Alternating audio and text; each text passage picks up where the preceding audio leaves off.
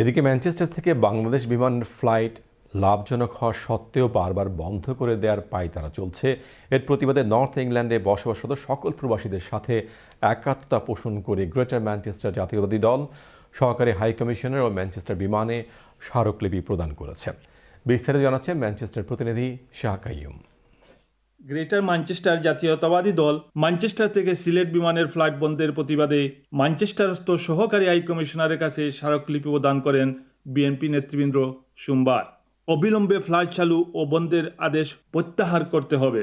জাতীয়তাবাদী দল ম্যানচেস্টারের পক্ষ থেকে সিলেট ম্যানচেস্টার ফ্লাইট বন্ধের যে ঘোষণা বাংলাদেশ সরকার করেছে, আমরা এর প্রতিবাদ জানাই এবং ফ্লাইট যাতে যেভাবে নিরবচ্ছিন্নভাবে আজীবন চলে এবং বাংলাদেশ সিলেট ওসমানী ইন্টারন্যাশনাল বিমানবন্দরকে ইন্টারন্যাশনাল বিমানবন্দর হিসেবে তোলার জন্য আমরা দ্রুত আহ্বান জানাচ্ছি সরকারের কাছে। বিমানের এই কর্মকর্তাদের সিলেটিদের সাথে এই বৈষম্যমূলক আচরণ না করার আহ্বান জানান নেতৃবৃন্দ এবং উসমানী আন্তর্জাতিক বিমানবন্দর শুধু নামে না রেখে অন্যান্য এয়ারলাইন্স নামার সুবিধা করে দিতে হবে।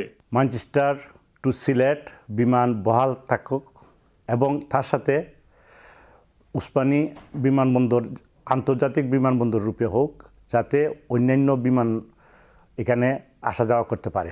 অন্যথায় সকল প্রবাসীদেরকে নিয়ে বিমানকে বয়কট করা হবে বলে জানান আগত নেতৃবৃন্দ। Shah Qayyum, channel S news, Manchester.